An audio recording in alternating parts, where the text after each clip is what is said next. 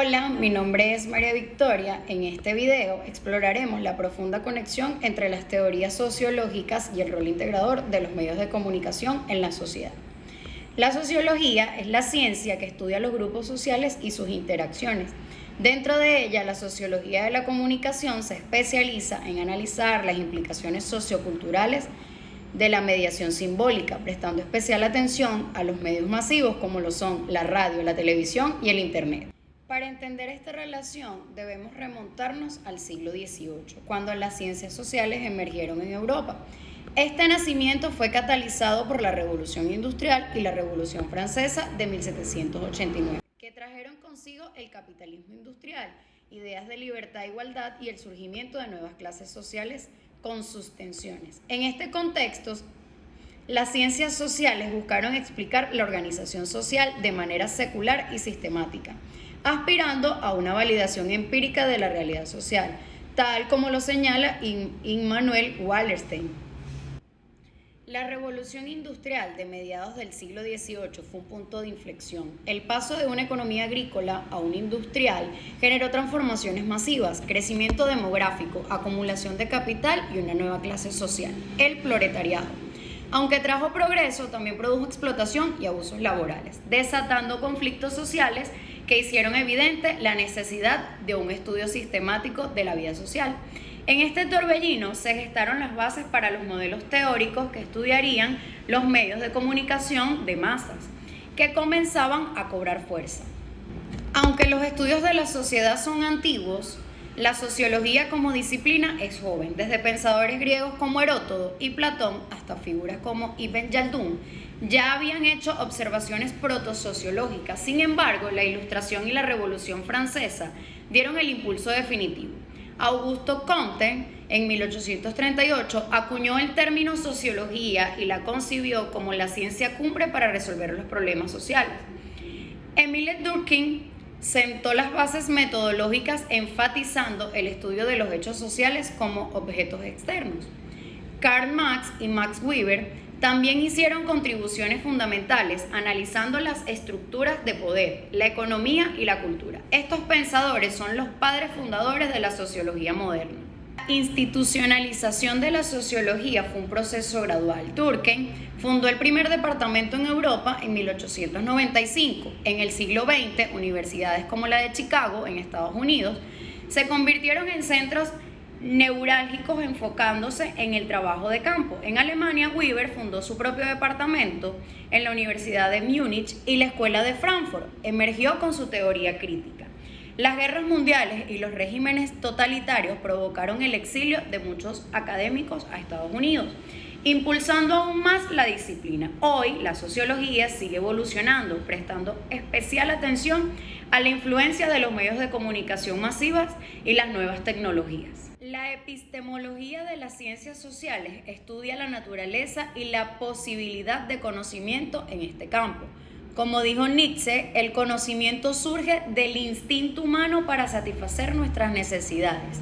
La epistemología va más allá de la relación sujeto-objeto, abarcando los procesos sociales y las circunstancias de la realidad. Nos cuestiona cómo conocemos y cómo el objeto se nos presenta. Las ciencias humanas, con el hombre como objeto de estudio, requieren métodos específicos. La interdisciplinariedad es clave. La epistemología critica las teorías que buscan explicar la conducta humana de forma simplista y nos invita a un análisis crítico para fundamentar hipótesis y comprender los complejos conflictos de nuestra sociedad. La sociología es esencial para entender las relaciones humanas y la comunicación ha sido fundamental en su evolución. Desde Saint-Simon, con las primeras nociones de socialismo, hasta Auguste Comte, que definió el altruismo y la relación ciencia-progreso, Émile Durkheim distinguió la sociología de la psicología al enfatizar los hechos sociales como externos y coercitivos. Herbert Spencer introdujo la idea de la evolución social, similar a la darwiniana. Max Weber aportó su enfoque a la religión y el gobierno, definiendo el espíritu capitalista. Finalmente, Ottaway introdujo la sociología de la educación, Todos ellos han construido una base sólida para entender la sociedad y por ende la comunicación. Eric Maigret propone que la comunicación es un objeto complejo con 3 dimensiones fundamentales: natural, cultural y creativa. Es natural porque es el nivel básico de intercambio de información, explicada por leyes de causa y efecto. Es la transmisión pura donde A es igual a A. Cultural, que se refiere a la expresión de identidades y diferencias, donde A es diferente a B. Aquí la comunicación moldea y es moldeada por sistemas simbólicos y prácticas compartidas, definiendo relaciones de poder y cultura. Es creativa. Maigret la considera de creciente importancia, es el nivel del 3 y del infinito, donde la comunicación es una actividad normativa, ética y política. Generamos nuevos significados, transformamos la realidad y construimos el futuro. Es la capacidad de trascender lo dado y construir un mundo en constante transformación. A principios del siglo XX, la reflexión sobre los medios masivos estuvo marcada por el contexto de las guerras mundiales y la obsesión por sus supuestos efectos.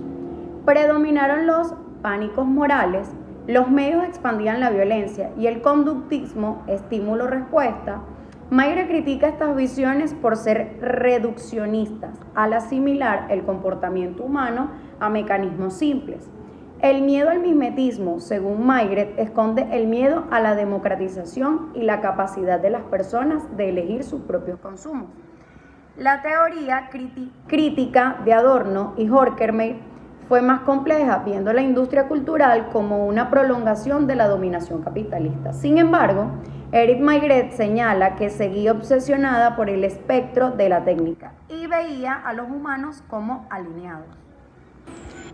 La verdadera ruptura llegó cuando Paul Lazarsfeld, quien impulsó una orientación empírica, se opuso a las investigaciones guiadas por presupuestos elitistas y el rechazo a los gestos populares. Lazarsfeld demostró que los efectos de los medios eran limitados y que las audiencias eran actores sociales con memoria y capacidades críticas, no receptores pasivos.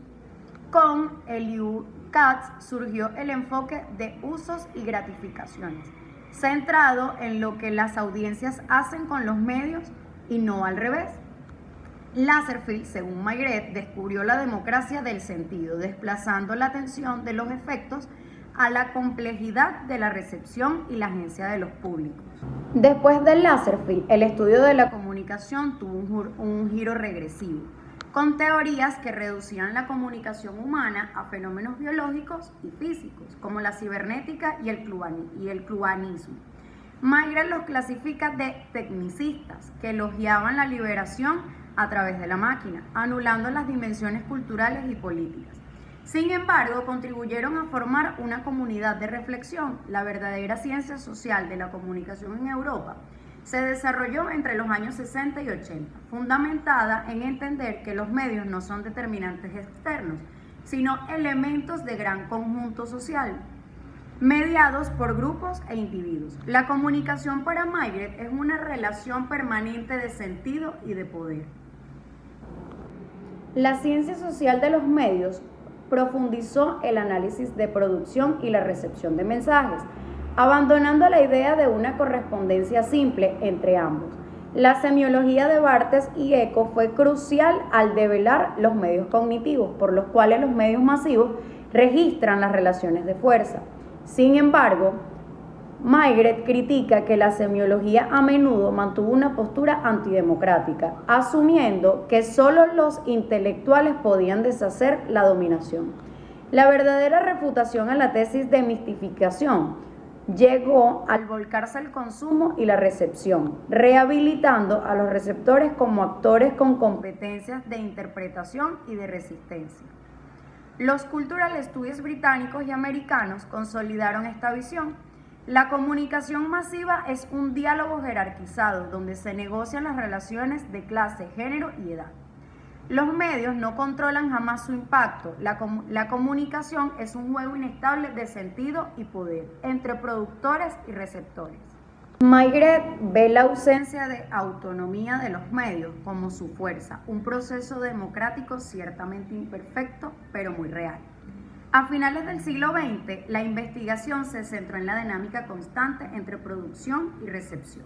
Los receptores también son productores de sentido. Aquí entra el concepto de espacio público de Habermas. Aunque Habermas era inicialmente hostil a los medios masivos, Maigret argumenta que los medios masivos presentan todos los rasgos de este espacio público, funcionando como un crucial contacto en el ámbito de la sociedad civil y las instituciones, pero un contacto mucho más marcado por el conflicto que por el consenso. Los medios son un espacio donde se negocia el sentido de la vida en común, de forma desigual e inestable, pero continua y generalizada. Este desafío de establecer una doble mirada entre los medios y el mundo social es asumido por las nuevas corrientes sociológicas.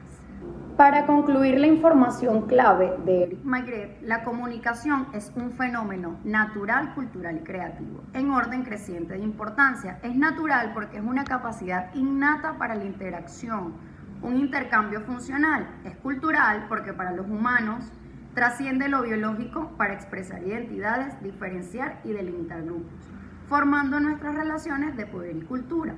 Y finalmente, y de forma creciente, en importancia, es creativa. Este es el nivel de 3 y del infinito, donde la comunicación es una actividad normativa, ética y política. No solo reproduce lo existente en una fuerza activa que genera nuevas ideas, transforma la sociedad y construye realidades. Los medios de comunicación no solo reflejan el mundo, sino que lo producen y redefinen constantemente. Esta capacidad creativa que nos distingue y hace de la comunicación un motor fundamental de la evolución social y cultural.